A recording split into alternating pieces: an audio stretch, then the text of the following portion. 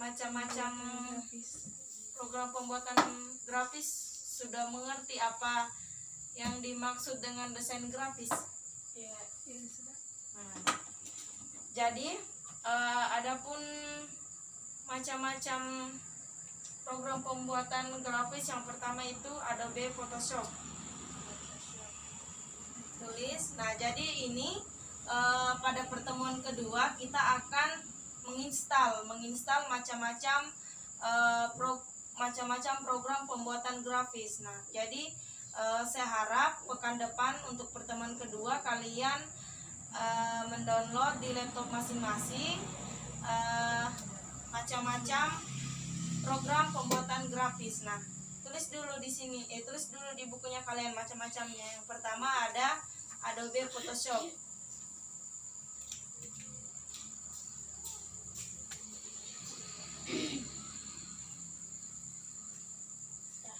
Karena berhubung kita tidak punya InFocus, untuk contoh gambar dari Adobe Photoshop kalian bisa lihat nanti di internet, banyak di Google. Nah, banyak di Google, kalian lihat saja. Nanti pertemuan kedua baru kita menginstal. Ini untuk pertemuan pertama kita pengenalan materi dulu. Nah, jadi Adobe Photoshop itu merupakan software desain grafis yang pertama yang ada di Adobe Photoshop dan sering digunakan sejak dulu. Jadi Adobe Photoshop ini yang paling umum digunakan. Misalnya kalau kita ke ke pencucian rental kenapa mau rental mobil? Pencucian mobil.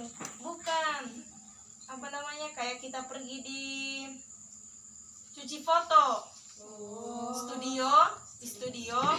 Nah, di studio itu untuk mengedit foto kalian, misalnya dari tadinya fotonya mukanya hitam jadi putih, dari tadinya banyak jerawatnya langsung mulus.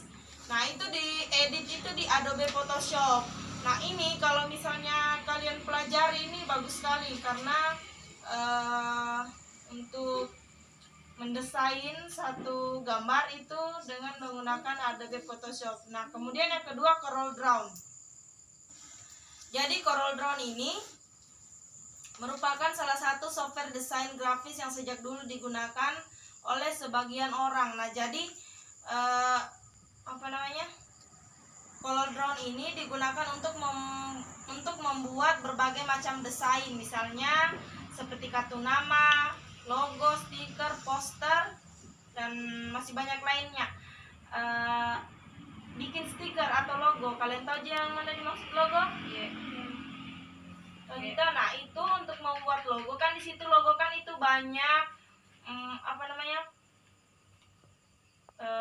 banyak desain-desainnya. Nah, untuk mendesain itu kebanyakan orang menggunakan CorelDRAW. Terus membuat poster, membuat iklan. Nah, itu semua di CorelDRAW. Jadi yang akan kita bahas lebih mendalam untuk macam-macam program pembuatan grafis itu kita akan lebih banyak membahas tentang CorelDRAW karena ini yang masuk di materi ajar kita.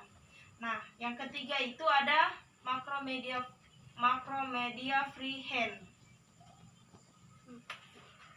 Nah, jadi kalau untuk Macromedia Freehand itu digunakan untuk membuat grafis vektor 2 dimensi atau pemakaian lambang geometris seperti garis, titik, poligon, dan lengkungan. Nah, jadi kalau misalnya untuk membuat iklan yang berupa titik atau garis atau misalnya titik begini, kayak begini, misalnya titik begini tuh, atau misalnya titik melingkar, kita membuat iklan titik melingkar. Nah, itu semua dibuat di Macromedia Freehand. Nah, mungkin siswa sekalian masih terbayang-bayang seperti apa itu seperti bagaimana macamnya, seperti apa. Nah, nanti di pertemuan kedua kita mencoba menginstal semua macam-macam program pembuatan grafis supaya rasa penasaran kalian itu terwujud. Kemudian yang keempat itu ada Adobe InDesign. Nah, kemudian yang kelima ada Adobe Illustrator. Nah, itu 5 macam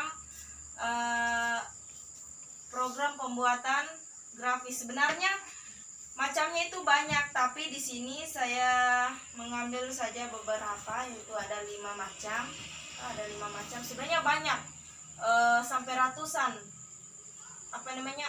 aplikasinya untuk membuat membuat program grafis. Tapi kan nah, tapi di sini saya menjelaskan 5 macam program pembuatan grafis. Tadi yang saya bilang yang kita tekankan untuk kita pelajari ke depannya apa?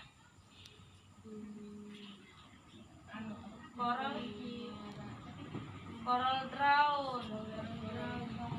Nah, Corel Draw.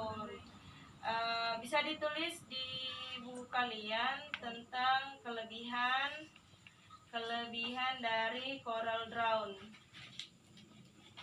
Yang pertama, kelebihannya itu Corel Draw hasil gambar berbasis vektor lebih baik. Nah, jadi ketika kita mengedit suatu gambar di Corel Draw itu hasil gambarnya lebih baik karena dia memuat banyak desain-desain di dalam. Jadi untuk kita para pemula kita bisa mengedit sesuka hati kita karena di dalam itu banyak desain yang ditampilkan di dalam. Makanya Corel Draw ini digunakan para wirausaha atau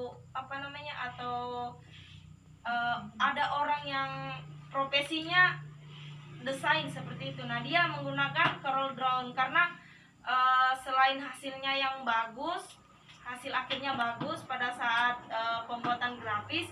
Kemudian yang kedua, dia dukungan format impor dan ekspornya yang banyak. Jadi Jadi di sini dia dukungan format file untuk keperluan ekspor atau impor itu bagus. Karena dukungan format impor ekspor itu sangat penting digunakan untuk portabilitas suatu aplikasi. Nah,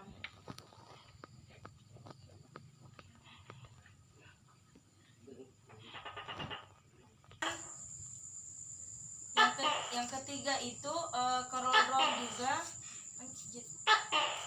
Nah, kemudian yang ketiga itu kemudahan dalam penggunaan. Jadi Corel Draw itu untuk para pemula. 3.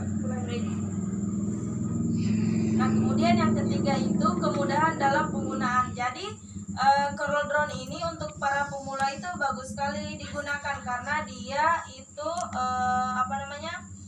disediakan filter help. Jadi sangat memudahkan para pemula untuk memahami kegunaan dari setiap item pengoperasian. Nah, jadi setiap ikon-ikonnya itu dia mudah dipahami dan mudah digunakan.